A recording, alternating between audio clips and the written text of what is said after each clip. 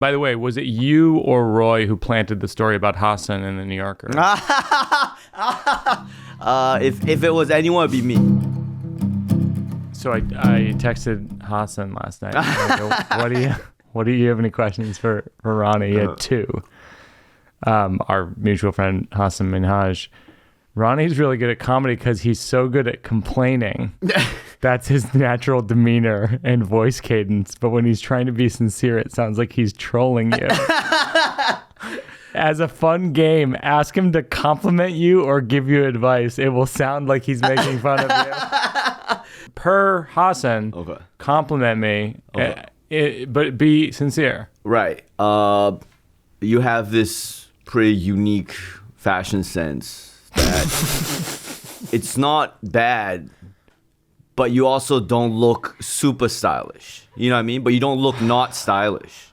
You look like, when you look at you don't go, this guy isn't stylish. Yeah. But they also don't look at you and go, this guy's super stylish. Yeah. So you're in that great zone of Wow. just mediocrity with fashion, which you want to be. I think that you tipped it towards mediocrity at the end, which is like a little bit of a diss. No, but you want to be Before mediocre that, it was really nice. in fashion, in comedy, because you don't want to be you don't want to be too flashy. No, you're right. Right, but you also don't want to be You don't want to slouch, wear yeah. a tuxedo in your special, for example.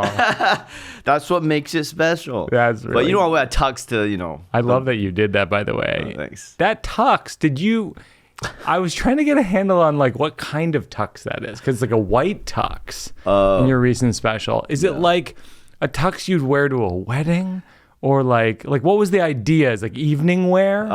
It was the whole concept for all my specials seems to be classic American show business. Because that's yes. Yeah, that's what I grew up with. Yes. And I always was like, I wish there was like an Asian person in one of these things. Yeah. And so I'm like, what? I'm just gonna put myself in it. Oh my And gosh. So that's the visual theme for all the specials. So for the second special specifically, it became Indiana Jones in in Hong Kong when he's in that bar. Yeah. Yeah, he's wearing the white tux and Right. he's, in the Hong Kong bar and Hong Kong bars have a very it's like a Hong Kong Art Deco. It's a specific kind of thing. And so we found a bar in New York that did it, and it was a perfect venue, and they let us do whatever we wanted in there, and I'll never do that again. Because that's a very bad idea. For all the comics listening, everybody wants to do the intimate special. Don't fucking do it. Really? Don't do it. It cannot be done. That was your takeaway? Yeah, it cannot be Why? done. It can't be done. It just doesn't have the effect because it'll feel smaller than you want it to feel. Yeah. And Doug Stanhope did it. Sarah Silverman did it. Chappelle did it. And Yeah. that thing. Yeah, but it won't. There's a handful of people who've done it over the years, and I've always clocked it as like, that's a choice. Yes. And so it's like you're trying to. I know the logic. I can hear all the comics already. They want to bring it back to where the material developed from. It Right. developed in small rooms. Let's capture the intimate setting. It cannot be done. Do it in a fucking theater, and that's it. Don't try to reinvent the wheel. It's not meant to be reinvented. This is a really a unique approach to promoting your special. To come on a podcast and just rip it to shreds. No, I mean, I stand behind my special. I'm just saying no one else do it. It's too tough. You should stand behind it. It's beautiful. Yeah, it was shot beautifully and all that.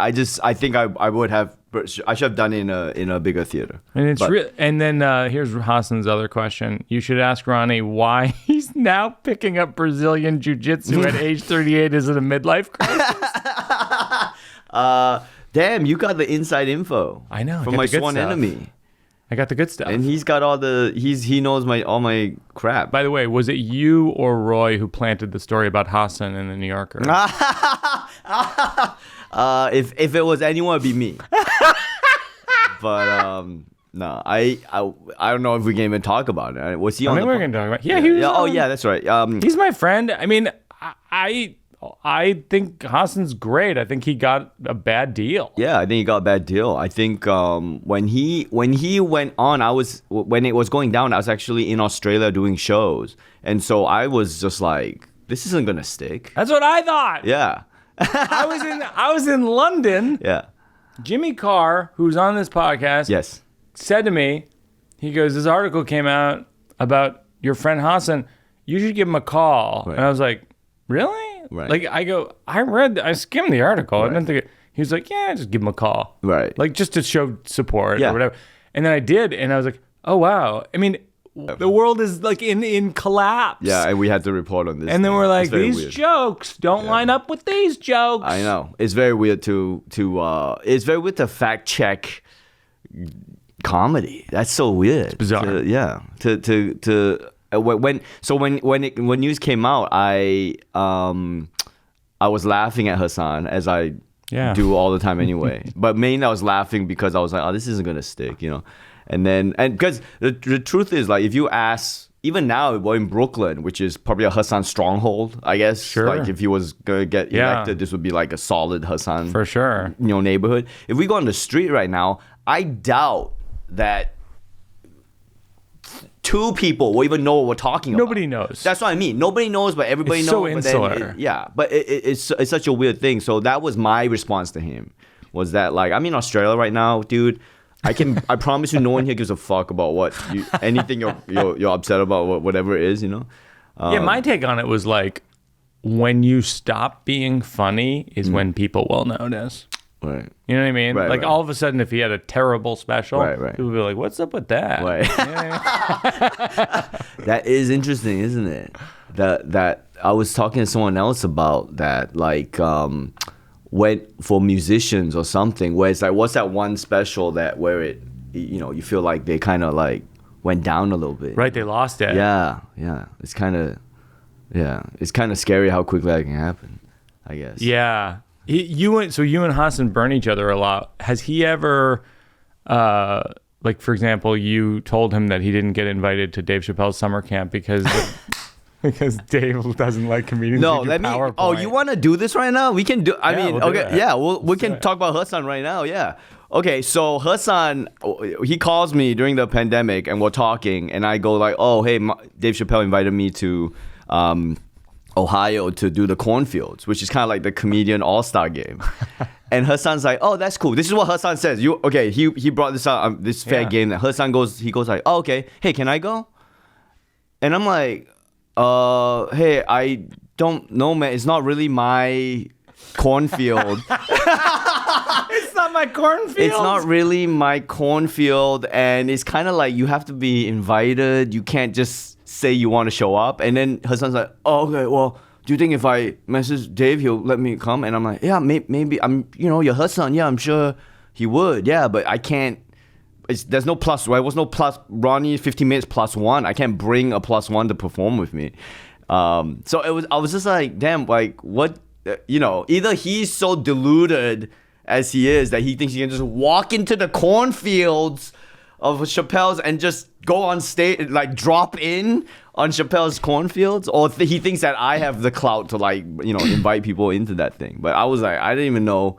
When Chappelle invites you to the cornfields, is like you're like, oh, okay, you don't even have there's no itinerary, there's no nothing. Right. You just kind of go. You show up. You show up, and everything works out because that's his world. Everything just works, But you just have to trust the artists and the energy of the place, and it was great. It was great when I got there. It was like going to the cornfields in Ohio, but everyone there was super friendly, and there was an audience who was really keen for comedy. Yeah. It was like an all-star game, That's really cool. Yeah. But what's the meanest burn he's ever had of you? What's the one where he says it to you and you're like, that's a little much? He really doesn't have much on me, to be honest. Cause, like, what does he? I'm trying to think. Like, he thinks he has these sick burns on me, but I'm like, what? He comes at me for, like, having my first name is Ronny. Yeah. And so he's like, why are you having this fake white person first name? This fake, it's not even your real name. And I'm like, it's in my birth certificate, man. Like, I didn't. Is it your first or your middle name? It's my first name. It's literally my first name. Wow. Yeah. So I don't even understand this burn that and it took me so long to understand his point. His point is that as a ethnically Chinese person from Malaysia, why did my parents give me an English first name? In addition to my Chinese name. Yeah. So he's saying that your real name is your Chinese name. And I'm like, yeah, but that whole thing is my name.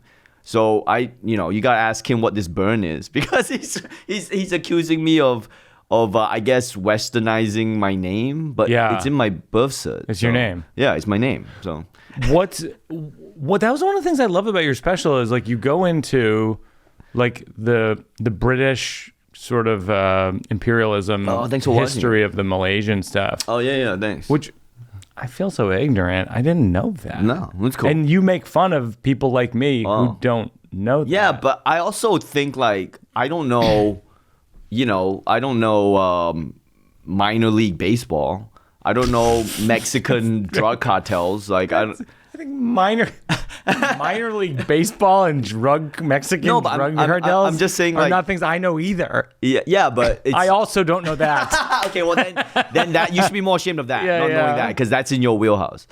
That's in your backyard. I didn't know that. So you grew up on sort of like you're saying, like British influence, British Parliament and British comedy. Yeah. That's British interesting. Comedy. Yeah, British comedy, British TV, and British education system, and that's why I have to I pronounce my T's because that's all. It's all very British to say your T's and not, and it's very. you keep threatening the audience that you're gonna leave. You're like, cancel me. Oh yeah. Like, cancel me. What? Or I go home. I'm a national treasure. Yeah. In the special. Yeah. That bit. I love that. Thanks, yeah. I texted you for your birthday. Yeah. And you said, hey, thanks for all the support and encouragement, but it's not my birthday. I Googled your birthday. It said it was your birthday. You said fake birthday. I didn't correct it because I don't want to get hacked. And then I said, I already hacked you. Your emails are fascinating. Your bank account is lower than I thought. And then you said, while you're in there, can you help me post about my tour? Yeah. And then I posted about your tour. Yeah. So it worked. It worked. And then... the hacking worked. Yeah. So what's your birthday? I don't want to my birthday. For real? Yeah, that's how you get hacked. You have very low security protocols, by the way. So I don't know what kind of fantasy world you live in. I live in New York City, okay? This is a dangerous place. You can't just be telling people your birthday and your freaking where you live. Everyone knows your birthday. Nobody knows that birthday's real. No, that's not. That's not a real birthday. There's no way that's not a real birthday. That's not a real birthday. I'll show you. I'll prove it to you, but you can't say what it is. I'll prove it to you. I'll show you my. Show it to me. I won't put it on camera. I won't say it. Yeah, but why do people care about birthdays anyway? So I can hack you. Into my Gmail. You know what's funny is I was looking at a photo that your wife posted of you and her when you were younger. Oh yeah. Like I think when you were just got married. Yeah. From years ago. Yeah. And you're so sweet. Wait, what photo was this? On Times Square? Yeah. Oh no, that wasn't. We didn't get married. We just started dating. Oh, we just started dating. Yeah. And that was. That's a really cute photo. And then I'm like, where's this Ronny? Because your stage persona is so tough. Oh, right. And you're so fearless and brazen. Oh, right. And then like your soft personal self is very different. Oh, yeah. Do you think you're a persona on stage? Yeah.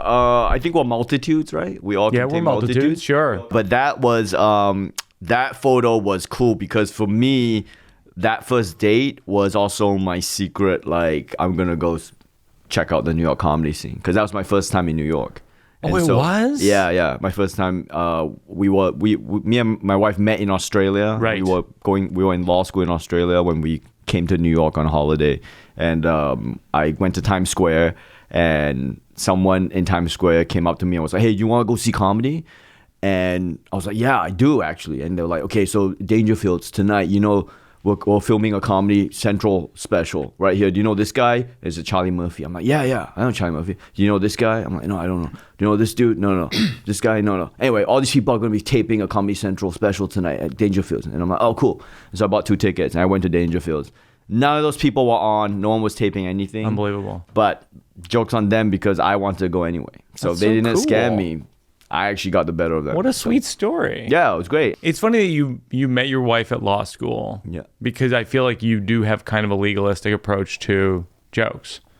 Yeah. Like in certain sense. I always think of jokes as like a legal... It's like an argument. It's an argument. Yeah. It's an argument for a thing that's absurd. Yeah. Yes. So not argument in the sense of fighting with someone, although it can be. Or it's an absurd argument about something that's serious.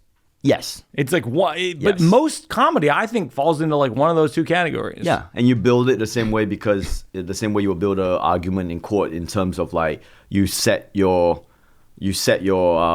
hypothesis or thesis statement. Yeah. And you go, here are the supporting evidence. Yeah. And then your big conclusion, hopefully, right? One of our producers, Mabel, saw you in at like the Cobra Club. I want to say is like alt room. Yeah. Where it's like a small room, and you called out that you're an arena act in some markets. What are you doing here? Can you tell the larger story that was a part of? Do you remember? Oh yeah. No, it was about having kids. If I have kids, and if they started doing comedy, how I would feel about it. Yeah. The joke was about how Chinese I am, that even if my kid wanted to do comedy, I wouldn't even be able to come to grips with it. I'd be like, what are you doing? You can't do comedy. Yeah. And so that was the bit was turning around about how like even if you were to become a comic, like there's no way you'd be better than me.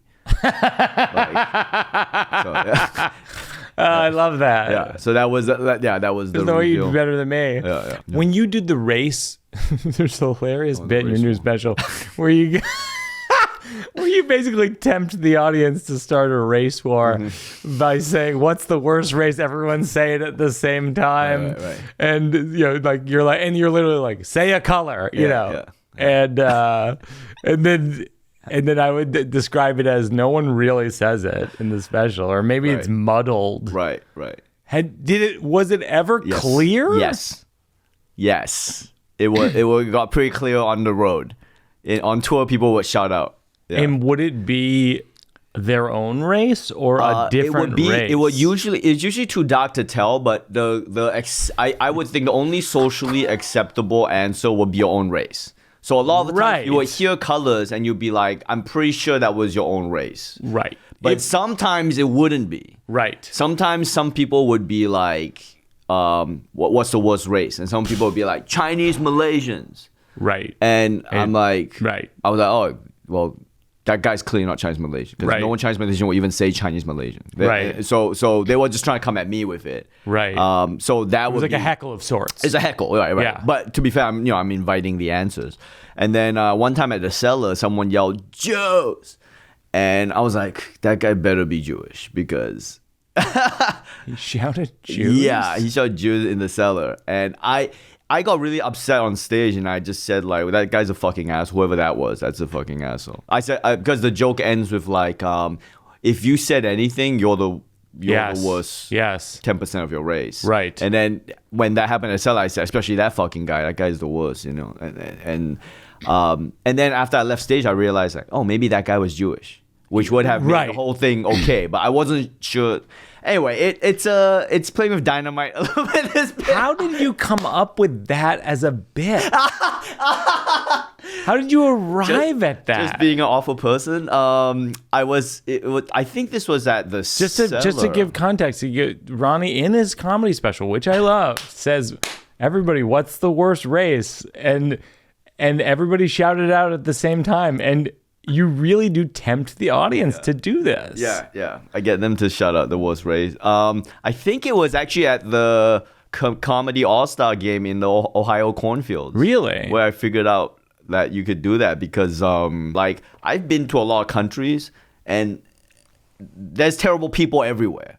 So let's just compare the worst of everyone. Right. So we can determine who the worst race is. One thing I noticed about your special is you complain about D students. Basically, like people, essentially like you have a whole run about how people are just like, kind of like do your own research people. Yeah. Yes. They do your own research crowd. And basically a lot of them are D students. Yes. The death of expertise. Death of expertise, which drives me crazy too. Yes. But you're hilarious about it. I will say that you're kind of an A student. So... Right. You went to law school. I'm 1,000% super elitist, but I'm also very not, elitist. Yes, very punching elitist. down at D students. Love punching down at these idiots. But I'm also not. Punching down at these. But I'm also not like the greatest student. I wasn't the greatest student. Oh, is that in school. right? Yeah, I wasn't the top of my class at all. I got into law school by this skin of my teeth, and I was a terrible law student. Oh, really? Yeah, and it happened. Was your wife good? My wife was freaking amazing. She was the best. interesting. She was the best law student. Did you ever cheat on her? Did you? What- I'm like, sorry. what- no, I did not cheat on her. Did you ever? Did you ever cheat off of her? What? Off of her or paper? Oh, The second question was more applicable. yeah. Did you ever cheat on her? Was my first question, which is not my question. Yeah. The second one was, did you cheat off of her tests and papers? No, I didn't, because you can't really. The way you quote unquote cheat in law school is you borrow someone's notes. Okay. So my wife had great notes. Yes. She would take notes, class notes. Her notes Yes. were great, and so in that sense, she would give me her notes, and then I'd try to use her notes to do the exam. But you So can't. you tried to cheat off of her, but it didn't work. It didn't work because I'm just not smart enough to do it. So. And here's my can't- next question. Have you cheated on her? No, I have not cheated on my wife. It was just out of secret. Man, I didn't know it was Maury Povich. I thought. Here's Okay. the child from your affair. Oh my God, Jesus. Your new tour is called Love to Hate It Tour. What's something you love to hate? What's something you hate to love? Comedy, right? Love to hate? Love to hate it. Interesting. Love to hate it. I'm surprised. Well, in the sense of like every day, it's just like, how do I get this fucking joke to work? Oh, I get. Like, Okay. you know, like how do I? I get you. It's like I need more material. I don't have any material. I watch other comics. I'm like, everyone's killing it. I'm like, I don't. I got nothing.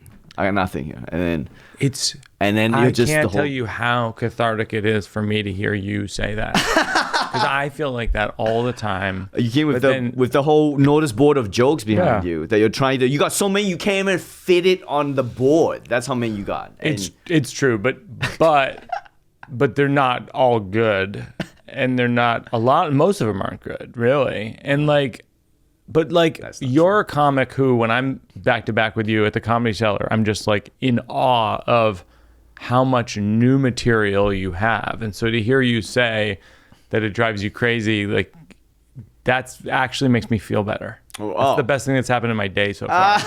Well, I mean, I feel the same way about you. I feel the same way Thanks. about you because you're always coming in. You got the cards of the new stuff. Yeah. So you're always trying new stuff, and then here I am with my same old shit, and I can't even follow Birbiglia reading off his fucking card, so I have to go and do my old stuff. It's just it's awful. It's an awful job. This is called the slow round. What are people's favorite and least favorite thing about you? Wow. This is for other people to answer, right? I don't know. Favorite thing about me? I don't know. You always make me laugh, and you always are super insightful. Oh, So I'm answering it for you. I'm not supposed to. Thank you. Yeah, I can't talk about my positives. It's very difficult for me. Negatives, I don't know what do people hate about me? That I don't like celebrating anything. Oh. I don't like celebrating Christmas, birthdays, weddings, funerals. I'm like, Interesting. yeah, I just don't need to celebrate. Do you not show up? I often don't show up. Yeah. And then My wife and I don't love celebrations either. yeah. I think the reason, if I'm playing the other side of this argument, Yeah. because I'm also like, I don't like holidays.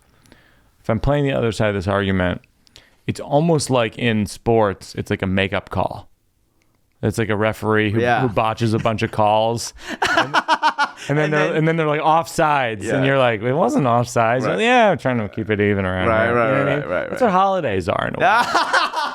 You know what I mean? right. Holidays are like we haven't been spending enough time together. Yes. Merry Christmas. Yes. Let's all get together and eat a steak. That's great. You know what I mean? That's a great bit. Could be a bit. I think you got it. You got to write that Maybe. down. Yeah, that could be a bit. I think that's a bit, man. But it is for me. It's from growing up where my dad put a ton of emphasis on Right. Christmas, Easter, birthdays, and like not that much emphasis on the other days. Right. And so that's how you that's your rebellion, or I think so. Yeah, where you're like, And I think my wife's the same. Right. Where it's like I want every day to be nice, not just the nice days. Yeah. Right. Yeah. Can you think of a time that you were so scared you ran away? So scared. Yeah, like one time I got mugged at knife point and I ran and then I tripped and fell and then got mugged. All right, let's unpack this. Yeah, So where are you? I'm in Australia. I'm walking from university to my house. Yeah. And along the way there's a park and I walk through the park and it's usually pretty safe. No one around. And then these kids run up to me. One of them holds a kitchen knife. And he's like, you see his kitchen knife? Give me all your stuff. And I go, well. Did he say this is a kitchen knife? Yeah. You see, I have a kitchen knife. Wow. Yeah. Just to make it clear. And then. Wow. Yeah. And then I actually. And he said, give me your money? Yeah. He said, give me your money. And I actually said, I actually did not have my wallet on me because I just went from, it was just like a short distance. Yeah. And all I had on me was my phone and my keys. And I was very worried that they'd follow me home and go into my house. And right. I think my sister was at They'd home. find out your birthday. I found out my birthday. and then hack my email.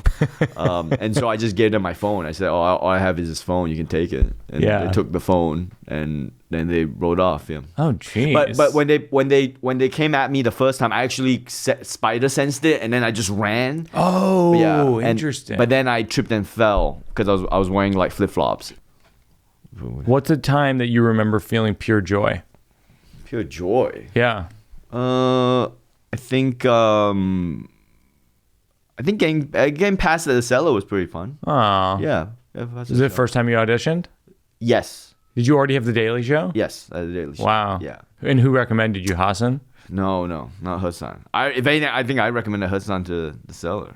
I'm trying to think who recommended. It may have been Bill Burr. Oh, wow. Yeah. Named Bill Burr got me a audition, and where did you know Bill from? That's it. I was doing comedy in Australia. That's where I started doing stand-up comedy.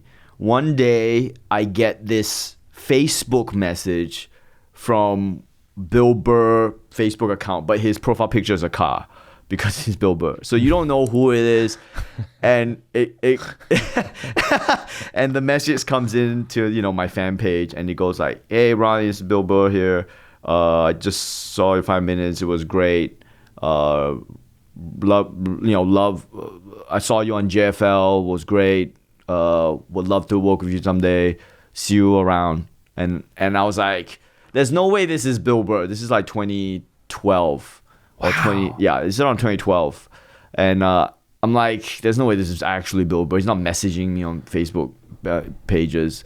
And I just replied back like, "Oh, thanks so much. I just huge fan of yours, but I live in Australia, so I don't think I'll ever see you, but hopefully one day I can meet you. It'd be great." And then he replies back, "Hey, I'm doing a tour of Australia next year, so hopefully you can be on those shows." And I'm like, "Oh, great." And then we don't talk for like a year, and I'm like, I don't know if this is real or not. And then it comes down to Bill Burr's on tour in Australia, and I get this message from him like, "Hey, can you come up to this venue?" And I'm like, I'm getting catfish right now. So I'm totally going to get. Wow. And I'm like, you know what? But I can't risk not going. So I'd rather get catfish than not meet Bill Burr. And then I just show up. And until he comes in the room, I still think it's fake. And then really? And he's like, "Oh, yeah, I love your spell. I saw you on the plane." And he's like, "I don't even watch stand-up. But I just happened to be on a plane and it was great. I loved it." I was like, I couldn't believe it. It was just 5 minutes at JFL, which that's kind of amazing. Yeah, it's crazy. And did he recommend you to the Daily Show? No. That JFL special that he saw was the one I did with Trevor Noah. That's where I met Trevor. Wow. So that one special got me connected to so many people in America. And this is Montreal, just so people know. Montreal Just for Laughs. Is JFL. It's cool. And then, and Bill was super welcoming. And then now he EPs my specials. That's amazing. Yeah.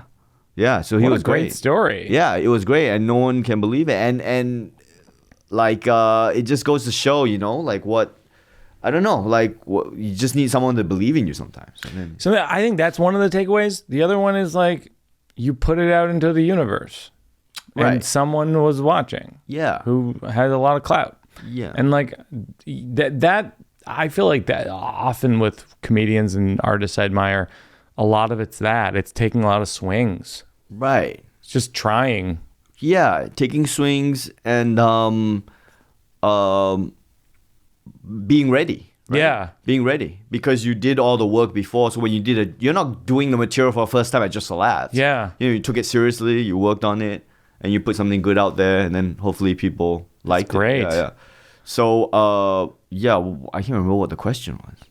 Oh, the pure joy. Yeah. So I remember being at the cellar and getting past and being like, oh yeah, this is great. This is my whole dream. My whole dream was to do comedy in New York City. Yeah. It was the best. Yeah. That's so interesting though, because the pure joy thing, because I have the same thing. When I'm at the Comedy Cellar, I feel very happy. Yeah. I like being around comics because I find that comics they're not polite. They're not and I don't polite. like politeness. Right. Or too much politeness. Exactly. Yeah. I don't like where you're in a conversation with people and you feel like everyone's kind of holding on to their actual opinion. Right. When you're with comics, you wish they is- would hold on. Yeah. You're like, please You're like, hold no, on to these opinions. these of are it. definitely real. Yeah. And Element also of it. because comics are on the road a lot, so they know what it's like to be annoying. What do you mean by that? So, when you're on the road, when you're on tour, I don't know about you, but like being on the road is a mental battle unto itself, right? Yeah. To stay sane and to have your creature comforts and not be annoying with the people you're on tour with. Yeah. So I think because of that, I just recently came up with this idea that I think that's what also makes hanging out with comics good is fun is because they know what it's like to be annoying. Or rather, they know how to not be annoying because we've been on the road. Yeah. And we're trained to know how to give people space or how to how to talk to people or how to socialize but then not be annoying. Because we're on the road. Like if you're on the road with someone they're annoying, dude, it is a drag. I know you're trying to be nice, but don't interrupt it. We have the way we need to be on the road just to be sane. Right. Yeah. I toured with my sister Gina recently, where she came out and we went to Detroit, and she was like, "So today I'm gonna go to this museum and this blah blah blah," and I was just like, "No, I can't. Right. I can't do. I'm gonna be in the hotel all day." Staring at jokes, ordering delivery, and like listening to the set from the night before. Right. And I love Gina, and I would love to go to Detroit with her. Yes. But when you're on, there is something about when you're on tour. It's like you actually can't do anything. You actually can't do. It's like being on a flight. You can't actually accomplish anything on a flight. Well, because here's what it's funny because this podcast has made me realize this. More than anything, we're all, as comedians and probably performers of any kind, we're all a little bit anxious all the time about the next show. Yes. And we might play it cool. Yes. It might seem like we're relaxed. We're not relaxed. Right.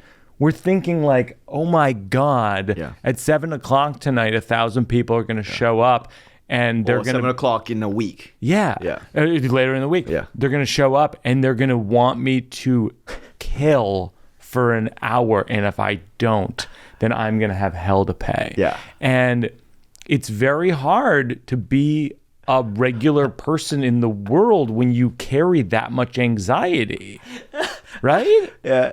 Which is why you're saying it's annoying when people are on the road and they're like, do you want this? Do you want this? Blah, blah, blah. You want to go to the museum? You want to do this? Because you're like, no, I don't want to do anything except what's going to alleviate the anxiety of I have to do this show. Yes.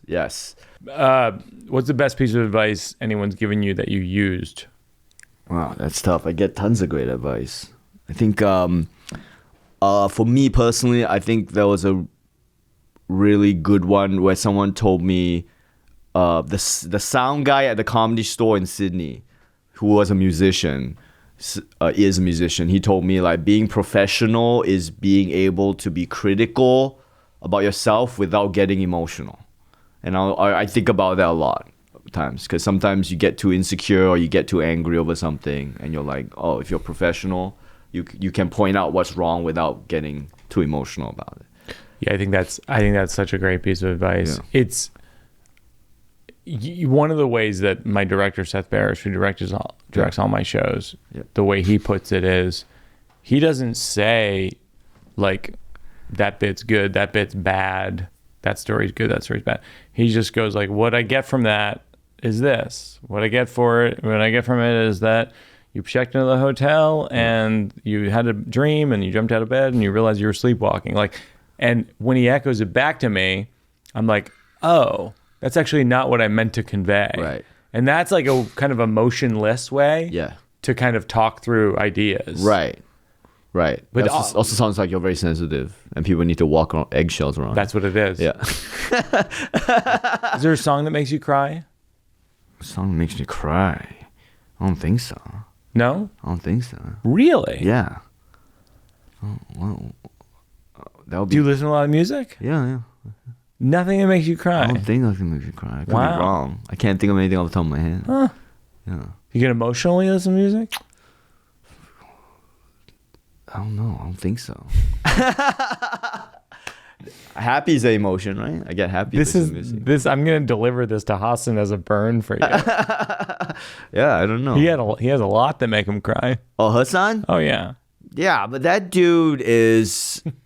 I mean, talk about sensitive, insecure. I mean, that guy will probably cry if you don't say his name right, which he spelled incorrectly. I thought I was saying it right and you're saying it wrong. I'm saying Hasan and you're saying I'm saying Hasan. We're both wrong. We're both because wrong. this freaking guy won't spell his name right, and he blames the entire world. Yeah. For not being able to pronounce it. Yeah. His name is in Urdu, so it doesn't even matter what. It doesn't even matter what you spell in English. You know what I mean? Like, as in, he should have just spelled it phonetically, but Right. instead he's freaking spelled it the way Americans pronounce it, and gets upset when Americans pronounce it in American. So on Ellen. on Ellen, starts crying on Ellen. Oh God. Okay, this is material. Please. Do you have new bits you're working on? Do you want to throw anything out? I got a bit I wanted to run by you. Go ahead. It's kind of racial, so don't judge me. But Yeah, I was gonna be very judgmental. if this is not the bit. It starts off with a question. I'm still trying to figure out this bit. Sure. So this isn't even the bit. I haven't even been able to say it on stage. But like when you go to a comedy show, Yeah. of a comic that you like, do you go in going like I don't want to load the answer here, but I guess I have to, as you don't know where I'm going with it. Do you go to a comic that you like, a concert, and you go like, oh, I hope he's funny, or do you go going like, this is going to be great, man, I love this guy? Hope it's gonna be funny. Oh, really? Wow. Did you want the other answer? No, I didn't want. I wanted your honest opinion on it. You really go. You're going doing that? Okay. I think you are rooting for the comic, and I think that you are a little worried that the comic might not come through Wow. the way that maybe you saw on their Netflix special or whatever it was. Even though you have a history, you've had a history with them. It's not the first time seeing them. It's not an open mic. You're going to like a theater. Yep. Can you put a percentage on that? I would say No wrong answer. 70% concern. I think you're just a dad. I think I'm 70% concerned, but I'm also like I'll put it in the universe of you. Sure. Like if I was going to see you, Yeah. I would. Nice. Well, no, that you're a comedian. I would go see. I would pay money to buy tickets to go see, and I would go.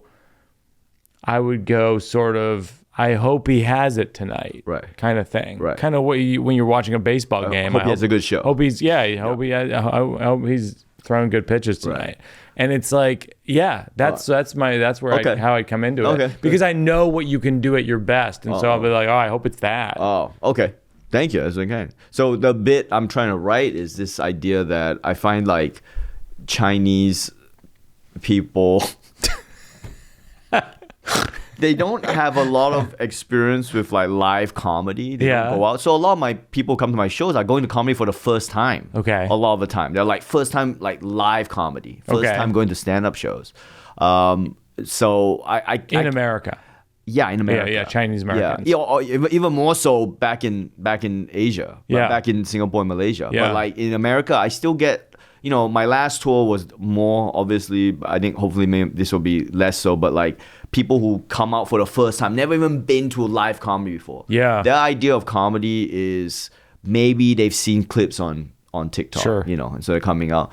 And my bit that I was writing was that like Chinese people come out and they're so not fun that they come out and you can hear the energy of like, man, I hope this guy's good. And they come to my shows going like, I hope this guy's good, Whereas like you go to like a Chappelle show, everyone's like, yeah, right. Yeah, like people surrender to the experience of the artist, right? But my joke was I was trying to take this self-deprecating racial angle of like Chinese people are like just come out and they're just like, hope this doesn't suck. Like, this guy, oh man, I like no confidence in. Yes. Even though they bought tickets to come and see me and they've seen me, they've seen a clip or So I was trying to riff on that bit, like, and I mean I do have a larger bit about. I talk about which are the most fun Asians and the least fun Asians. What are the most fun Asians? Koreans are the most fun in the bit. Yeah. Do you think in real life?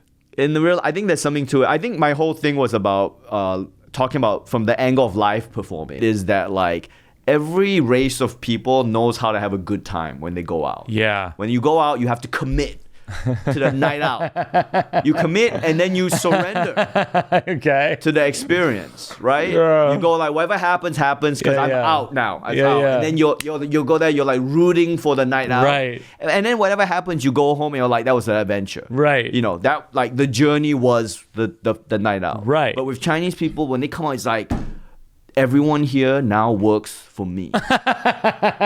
I paid this much money, and so this is how much value I need to get from this night. Otherwise, this whole thing was a fucking waste of life and energy, and this whole thing was terrible. Like they have this thing. So the whole bit was about that. So it's interesting that like you're saying that you go out and you feel the same way with live performing. You're not surrendering, you're more like, oh shit, I hope this but I'm rooting for it. Right, I'm you're rooting for it. And I'm actually more inclined to like versus not like. No, I hear you. Yeah. But I think like one angle for that is like you could open with the thing that you're saying, which is like Chinese audiences are like this and one way to pivot is just to be like, I moved here, grew up in Malaysia, moved to Australia, moved to New Hampshire against the odds. I became one of the more famous comedians in the world.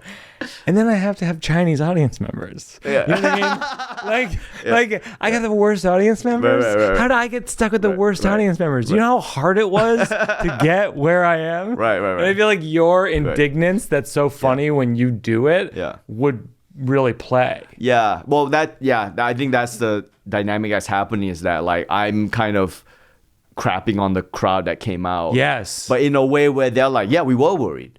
Right. Where you can tell it in the when you call them out, they're like, we were worried. Right? We don't know how to.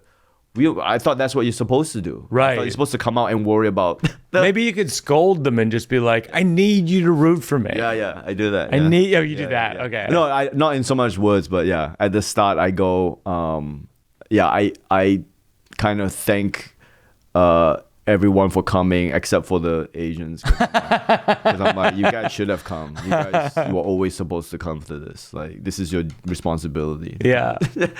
There might be a bit also in scolding the Chinese audience members of being like, you realize I could be the #1 comedian in the world if you guys did more? Yeah. You know how many Chinese people are in the world? Yeah. If there was solidarity, I would be huge. If you guys lowered your expectations and you freaking got behind the person who's trying his best here, I could be #1.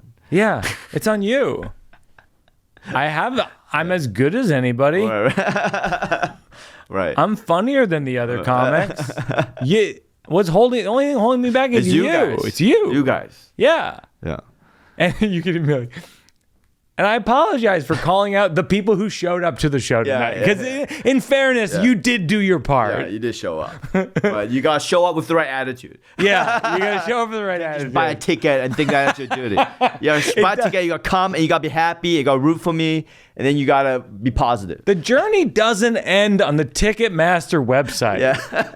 The journey is just beginning. Yeah. I need you full commitment through the show. And after. And there sure as hell better be a standing ovation. Yeah. The last thing we do is working it out for a cause. Is there a nonprofit that you like to contribute to? And we'll contribute to them and link to them in the show notes. Yeah. There's a AAPI vote. So great. They're non-partisan, but who are we kidding? Trying to get people to come out to try to get AAPI people in America to vote. But I've never had anyone say, "But who are we kidding?" Yeah, but like nonpartisan, but who are we kidding?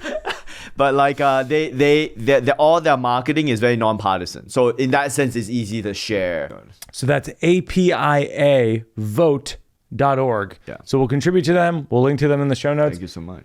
Ronny, you're the best. Thanks for coming on. No problem. Thanks for making me burn my material for free and go through this, excruciating self-examination of my feelings. That's how you see this? Yeah. That's how you see what just transpired? I see it as a communion of two souls. I guess we'll agree to disagree. All right. Well, thanks.